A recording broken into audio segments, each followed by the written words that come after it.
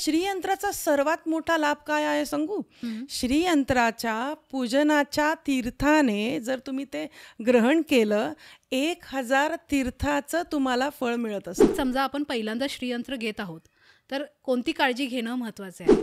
16 वेळा श्रीसुक्त म्हणून हं. तुला अभिषेक करायचा आहे. त्यामध्ये सिक्वेन्स वाईज जर तुम्ही गेलात ना तर कुठेही तुम्हाला चुकायला होत नाही. हं. सर्वप्रथम श्रीयंत्र कोणत्या धातूचे असावे किंवा कोणत्या धातूचे नसावे? कुंकुमार्चन कसे करावे, कधी करावे हे आम्हाला सांगा. कुंकुमार्चन करताना हं. तुला एक मंत्र आहे, तो 16 वेळा किंवा 108 वेळा म्हणायचा आहे आणि त्या मंत्रानेच तू कुंकुमार्चन केलं तर अतिशय उत्तम राहतं. तो मंत्र मी तुला आता सांगते. ओम श्री. श्रीयंत्राची प्राणप्रतिष्ठा कशी करावी व का करावी हे आम्हाला थोडक्यात सांगा. बऱ्याच वास्तूंच्या व्हिजिटसाठी मी गेले आहे. तिथे नुसतं स्थापना केलेली आहे, प्राणप्रतिष्ठा कुठल्याही यंत्राची केली गेलेली नाहीये. बापरे. मग तुमच्या पूजनाचा लाभ तुम्हाला मिळत नाही. म्हणून व्यवसायामध्ये प्रगती व्हावी, वृद्धी व्हावी यासाठी कोणते श्रीयंत्र ठेवावे? आपल्याला जर श्रीयंत्र आणायचे असेल तर ते कोणत्या वेळी आणावे? त्याच्यासाठी काही मुहूर्त आहे का? हो, निश्चित आहे ना प्रिया. श्रीयंत्र आणण्यासाठी सुद्धा. तसेच आम्हाला श्रीयंत्राचे कोणते प्रकार आहेत हे सांगाल का? हो, निश्चित प्रिया. श्रीयंत्राचे 3 प्रकार आहेत. एक श्रीयंत्र जे फ्लॅट असतं आणि वरतून त्याला फक्त डोम असून पूर्ण श्रीयंत्र त्याच्यामध्ये कोरलेलं असतं.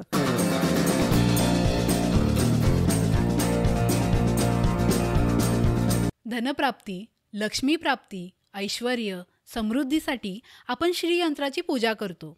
तर ती योग्य प्रकारे कशी करावी हे आज आपण जाणून घेणार आहोत वास्तुतज्ञ, ज्योतिष पंडित आणि न्यूमरोलॉजिस्ट सौ स्नेहल वैद्य यांच्याकडून. मॅडमसोबत आपण विविध विषयांवरती उहापोह केला आहे. तो तुम्ही पाहिला नसेल तर त्याची लिंक तुम्हाला डिस्क्रिप्शन आणि आय बटनावरती मिळेल. ते तुम्ही नक्की पहा. त्यासंबंधित तुमचे काही प्रश्न असतील तर ते आम्हाला कमेंट्समध्ये जरूर विचारा, जेणेकरून येणाऱ्या प्रश्नोत्तराच्या व्हिडिओमध्ये त्या प्रश्नांची उत्तरे देण्याचा आम्ही प्रयत्न नक्की करू. चला तर मग आजच्या या इंटरेस्टिंग उहापोहची सुरुवात करूया. मॅडम, तुमचे पुन्हा एकदा आमच्या उहापोह यूट्यूब चॅनेलवरती खूप स्वागत आहे. थँक्यू प्रिया. आज आपण श्रीयंत्राची योग्य प्रकारे पूजा केल्याने आपल्याला कोणते लाभ होतात याबद्दल उहापोह करणार आहोत. तर सुरुवात आपण श्रीयंत्राचा अर्थ जाणून घेण्यापासून करू असे मला वाटते. नक्कीच प्रिया. ओम श्री महालक्ष्म्यै नमः. श्रीयंत्र. श्रीयंत्र हे सर्वात श्रेष्ठ यंत्र मानलं गेलेलं आहे. श्रीयंत्राला यंत्रराज असं म्हटलं गेलेलं आहे. अरे वा. सर्व यंत्रांचा राजा हे श्रीयंत्र आहे. आता ते श्रीयंत्र त्यामध्ये कशी रचना आहे आणि ते काय दर्शवतात हे मी तुला आता प्रिया एक्सप्लेन करते. हे श्रीयंत्र आहे. यामध्ये 4 अपवर्ड त्रिकोण आहेत आणि 5 डाऊनवर्ड त्रिकोण आहेत. तर 4 त्रिकोण जे वरच्या साईडला आहेत ते शिव शक्ती दाखवतात. मस्क्युलिन एनर्जी हे दाखवत असतात. आणि 5 जे डाऊनवर्ड त्रिकोण आहेत ते आपल्याला स्त्री शक्ती दाखवतात. माता पार्वतीचं प्रतीक आहेत. अच्छा. श्रीयंत्राचा आउटर जो भाग आहे, हा जो स्क्वेअर आहे, हा स्टॅबिलिटीचं प्रतीक आहे. तुम्हाला स्टॅबिलिटी देतो. त्यानंतर हा जो सेंटर आहे, जो एकच पॉइंट, जो एकच बिंदू दर्शवतो, हे म्हणजे युनिवर्स आहे. ही मेन शक्ती आहे. याच्यामध्येच माता लक्ष्मी वास करते. त्याचबरोबर हे जे तुला 3 सर्कल्स दिसत आहेत, हे जे 3 सर्कल्स आहेत हे ब्रह्मा, विष्णू आणि महेश हे 3 दर्शवतात. तर यामध्ये कसं आहे बघ, जिथे पती परमेश्वर तिथे पत्नी आपोआपच येणार आहेत. बरोबर. मग यंत्रराज यंत्र का म्हटलेलं आहे याला? तर याचं कारण हे आहे की या श्रीयंत्रामध्ये सर्व देवी देवतांचा वास आहे. प्लस या यंत्रामध्ये 64 योगिनींचा पण वास आहे. म्हणून मा त्रिपुर सुंदरी ललिता देवी ह्याचा सुद्धा याच्यामध्ये वास आहे. यामुळे तुम्हाला एक प्रकारची ताकद घरामध्ये नक्कीच येते, तुमची आर्थिक सुबत्ता वाढते, तुम्हाला आरोग्याची प्राप्ती होते, उत्तम आरोग्य लाभतं आणि तुमच्या घरामध्ये सुख, शांती, समृद्धी, समाधान हे निश्चित येतं. म्हणून श्रीयंत्र आत्ता मी तुला खूप शॉर्टमध्ये सांगितलंय. श्रीयंत्राला आपण ठरवू शकत नाही, आपण पात्र नाही, इतकं पवित्र यंत्र आहे. पण सर्वांना त्याची कल्पना यावी म्हणून मी तुला थोडक्यात काही गोष्टी सांगितल्या आहेत. आणि श्रीयंत्राबद्दल बोलणारे आपण कोण, इतकं महान आणि पवित्र यंत्र आहे.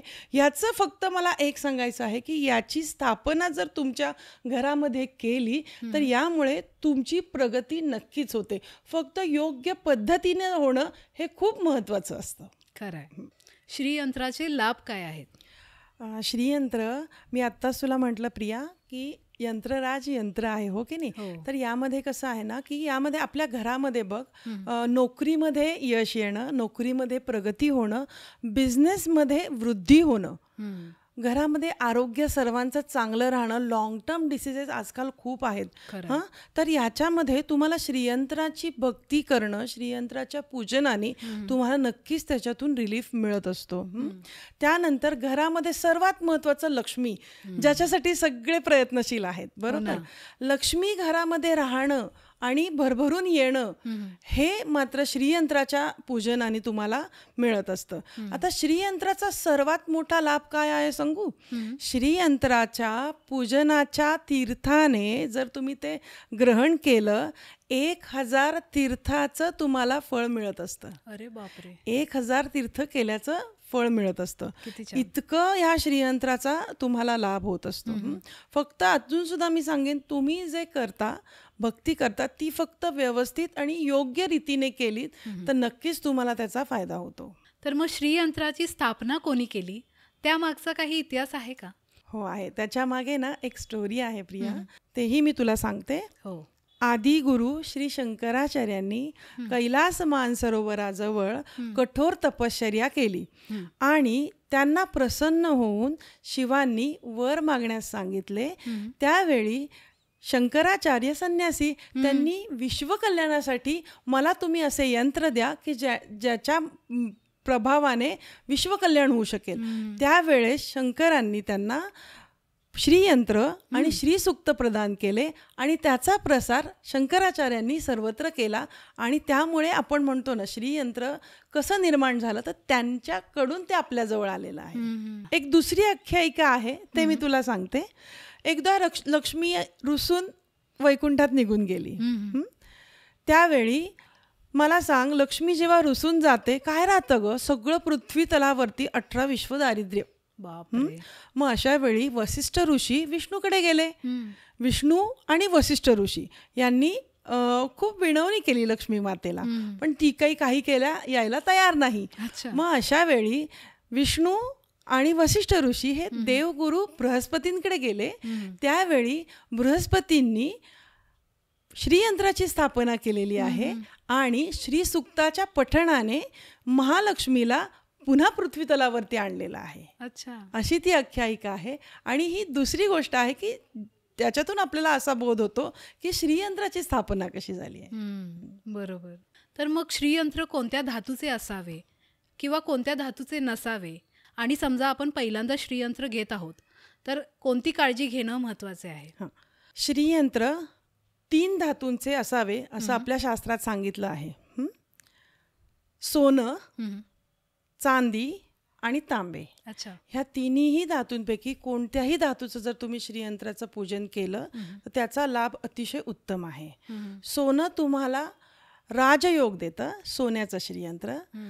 चांदीचं श्रीयंत्र तुम्हाला धनवृद्धी देतं आणि तांब्याचं श्रीयंत्र तुम्हाला आरोग्य प्रदान करतं.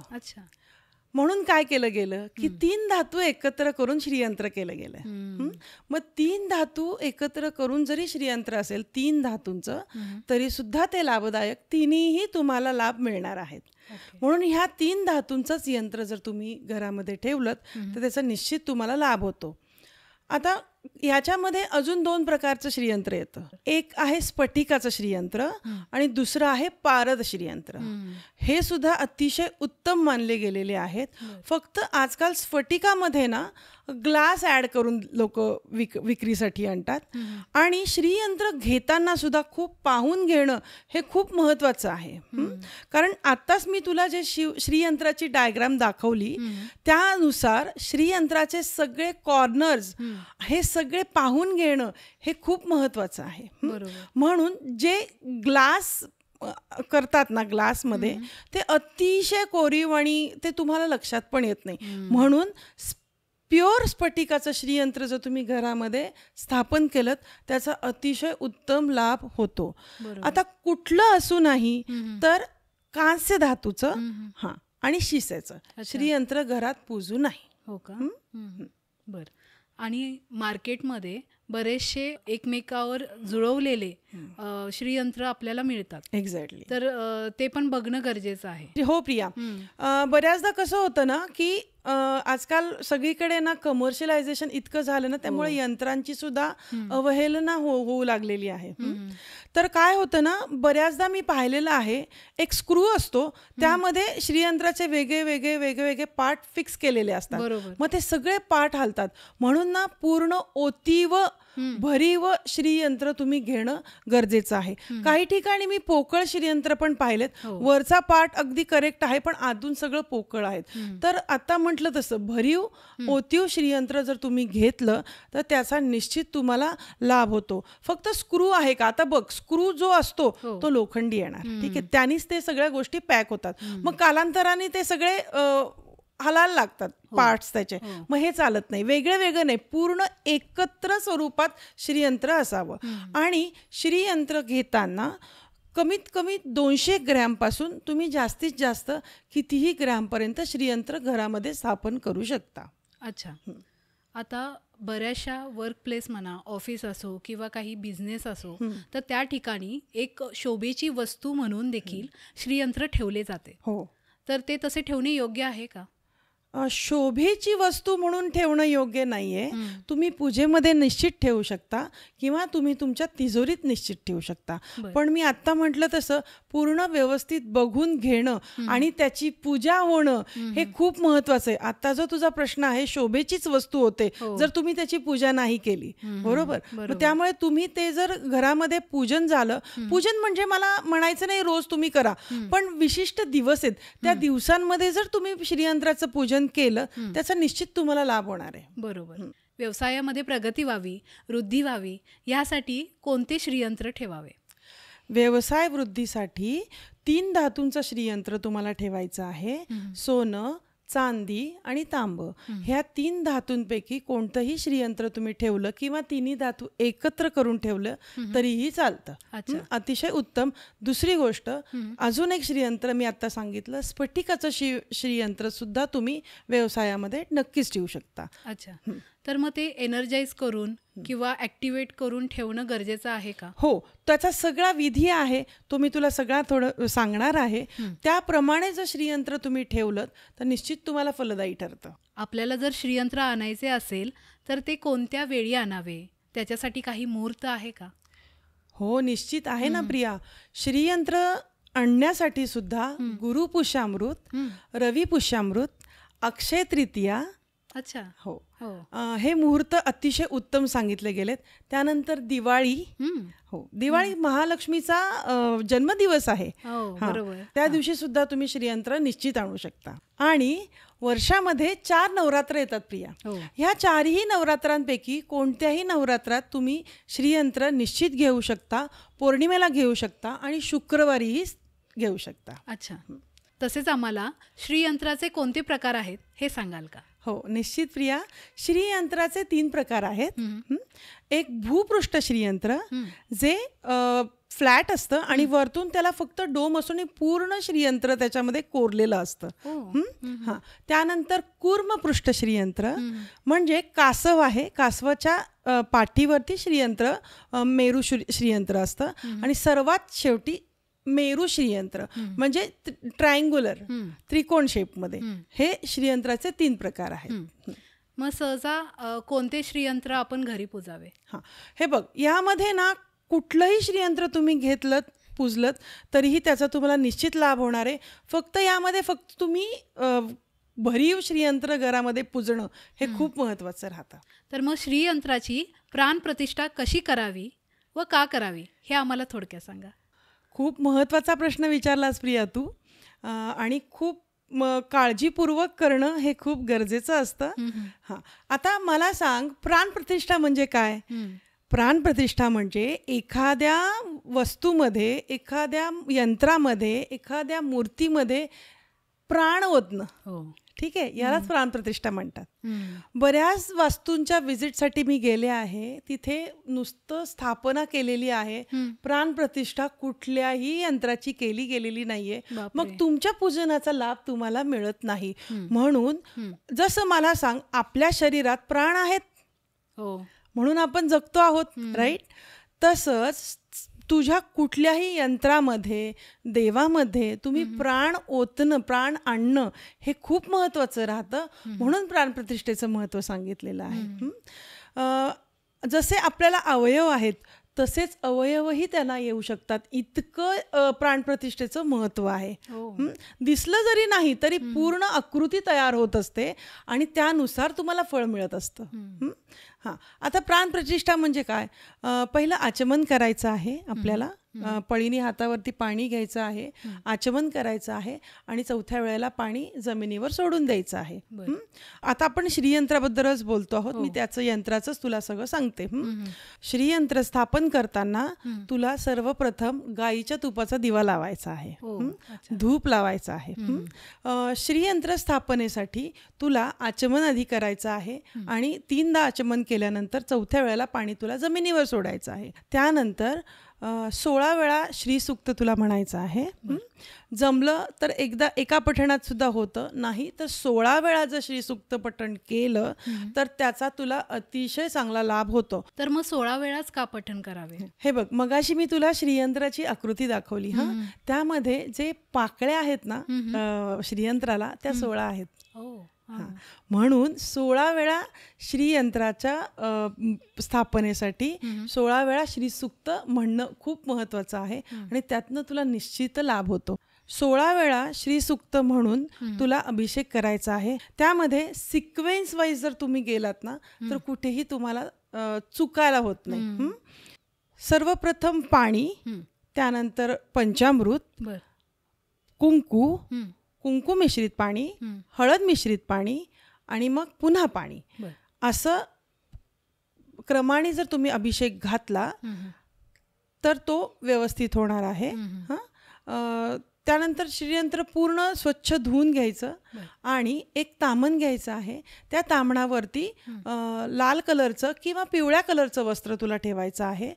येलो कलरच्या अक्षदा तुला तयार करायच्या आहेत. अक्षदांनी तुला कमळ तयार करायचं आहे, अक्षदांचं कमळ. त्यावरती श्रीयंत्राची स्थापना करायची आहे. त्याला तुला हिना अत्तर, लक्ष्मीला अतिशय प्रिय आहे, हिना अत्तर लावायचं आहे. त्यानंतर वासाचं फूल तुला वाहायचं आहे. चाफा किंवा एखादा गजरा, वासाचा गजरा, तो निश्चित महालक्ष्मीला अर्पण करू शकते. त्यानंतर आपण कसं आपल्याला नवीन सणावाराला कपडे घेतो, राईट? अगदी आज तुला लक्ष्मीची स्थापना करतेस, तू श्रीयंत्राची स्थापना करतेस, त्याच पद्धतीनं तुला त्यांची नवीन साडी खणा नारळाने ओटी भरायची आहे. ती तुला यंत्रासमोर ठेवायचं आहे. त्यानंतर महालक्ष्मीला सर्वात प्रिय खीर आहे. खिरीचा नैवेद्य दाखवायला सांगितलं गेलेलं आहे. तुला शेवयाच्या खिरीचा नैवेद्य महालक्ष्मींना दाखवायचा आहे. त्यानंतर महालक्ष्मीची आरती करायची आहे आणि अशा पद्धतीनं आपला पूर्ण श्रीयंत्राचा विधी संपन्न होतो. अरे वा.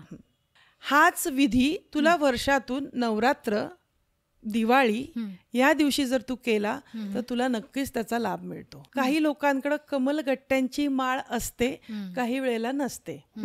ज्यांना श्री सूक्त म्हणता येत नाही त्यांनी कमलगट्ट्यांच्या माळेवरतीच ओम श्री महालक्ष्मी नमः ह्या मंत्राचा 108 वेळा जप केला आणि मग श्रीयंत्राचा अभिषेक आणि स्थापना केली तरी सुद्धा चालते. हा सर्वात सोपा उपाय आहे की श्री सूक्त जेव्हा येत नाहीये तर तुम्ही या मंत्राने सुद्धा श्रीयंत्राची स्थापना करू शकता. श्रीयंत्राची स्थापना कशी करावी हे तर तुम्ही आम्हाला सांगितलेच, तसेच अभिषेक कसा घालावा हे देखील सांगितले. त्याचप्रमाणे कुंकुमार्चन कसे करावे, कधी करावे हे आम्हाला सांगा. नक्कीच प्रिया. कुंकुमार्चन हे आपल्याला सौभाग्य प्राप्ती आणि सौभाग्याच्या आरोग्यासाठी, आपल्या सौभाग्याच्या उदंड आयुष्यासाठी हे केलं जातं. आता तुला सांगते, कुंकुमार्चन कधी करायचं आहे. कोणत्याही शुक्रवारी तुम्ही करू शकता. दिवाळीमध्ये जेव्हा आता तुम्ही श्रीयंत्राची स्थापना केली आहे त्या पाठोपाठ जरी तुम्ही कुंकुमार्चन केलं तरीही चालतं. कुंकुमार्चनाने तुमचं सौभाग्य वृद्धी निश्चित होणार आहे. कुंकुमार्चन करताना तुला एक मंत्र आहे, तो 16 वेळा किंवा 108 वेळा म्हणायचा आहे आणि त्या मंत्रानेच तू कुंकुमार्चन केलं तर अतिशय उत्तम राहतं. तो मंत्र मी तुला आता सांगते. ओम श्रीम ह्रीम श्रीम कमले कमलालये प्रसीद प्रसीद. ओम श्रीम ह्रीम श्रीम श्री महालक्ष्मी नमः. हा मंत्र जर तुम्ही 108 वेळा किंवा 16 वेळा म्हटलात तर कुंकुमार्चन अतिशय उत्तम राहतं. अच्छा. कुंकुमार्चन करताना तुला 2च बोटांचा वापर करायचा आहे. अनामिका आणि अंगठा ह्या 2 बोटांनीच तुला कुंकुमार्चन केलं त्याचा लाभ निश्चित राहतो. मग आपण जे कुंकुमार्चन करतो त्या कुंकुवाचे काय करावे. आत्ताच तुला मी सांगितलं प्रिया, सौभाग्य वृद्धीसाठी आपण कुंकुमार्चन करत असतो. बरोबर. तेच कुंकू सर्व एकत्र करून तुला एका डबीमध्ये भरायचं आहे आणि रोज तुला स्वतःला ते लावून घ्यायचं आहे. अरे वा. अजून एक म्हणजे श्रीयंत्र आणि श्रीविद्या हे एकच आहे का. हो प्रिया, दोन्हीही एकच आहे. श्रीविद्या म्हणजेच महालक्ष्मी आहे. महालक्ष्मीची स्थापना, महालक्ष्मीचे आराधना हे श्रीविद्या आहे. त्रिपुर सुंदरी ललिता देवी यांची स्थापना म्हणजे श्रीविद्या आहे. आपण कामाच्या ठिकाणी श्रीयंत्र ठेवतो आणि मगाशी म्हटल्याप्रमाणे त्याला एनर्जाइज करून ठेवणं गरजेचं आहे. तर ते कशा प्रकारे करावे हे आम्हाला सांगा. सांगते. वर्षातून एक दिवस येतो महालक्ष्मी पूजनाचा. बरोबर. लक्ष्मी पूजनाच्या दिवशी श्रीयंत्राचं पूजन ऑफिसमध्ये तुम्ही निश्चित करू शकता. त्याचं बळ नक्कीच वाढू शकतं. जे मी तुला आत्ता प्रोसिजर सांगितल्या, जे विधी सांगितलेत त्यानुसार जर तुम्ही केलं तर बेस्ट राहतं. किंवा तुम्ही एक माळ जप कमलगट्ट्याच्या माळ्यावरती एक जप केलात तरी सुद्धा श्रीयंत्र ॲक्टिवेट होतं. तर मग कमलगट्ट्याच्या माळेवर कोणता जप करावा.